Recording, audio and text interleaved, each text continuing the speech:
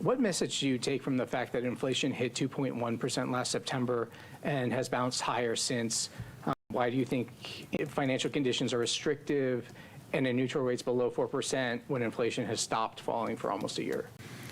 So inflation, when you talk about these 12-month inflation measures, you're always battling residual seasonality.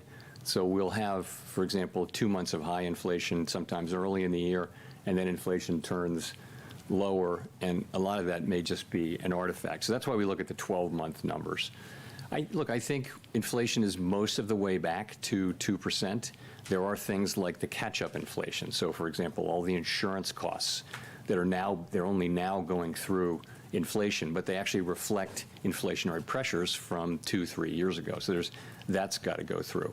In addition, now we have 3 or 4 tenths of inflation in core inflation from tariffs. So, and we can't really separate that out. We're not going to have a separate kind of inflation that isn't the tariffs. We're always going to be dealing with all of inflation. But the composition, as I mentioned, has really changed. And if you go back to the last couple of years, it was all about services inflation, which was being very sticky. Now services inflation is coming down nicely. Goods inflation was well behaved before, and now goods inflation is going up. So the story has really changed. That's partially because of tariffs. It's also partially because we had restrictive policy in place, and we've seen that the result of that gradually work its way through the services economy.